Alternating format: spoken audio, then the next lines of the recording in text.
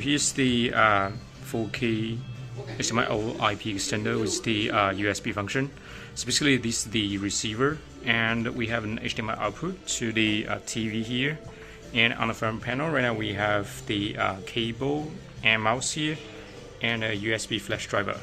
So this one right now we can see on this one we actually copy the CCTV for our local office to the USB driver.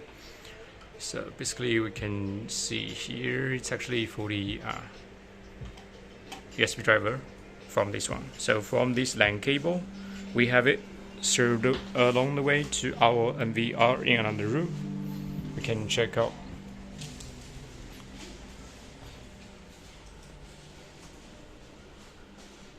So this is the NVR. So basically we have the transmitter here, and this is the we're actually not using high vision, but it's digital video, and we have the HDMI to the input. Then we have the power supply, then the LAN cable which connect to the receiver. This is the USB cable which connect to the NVR server. So basically we can just have the KVM and also the USB flash driver on another room from the TV.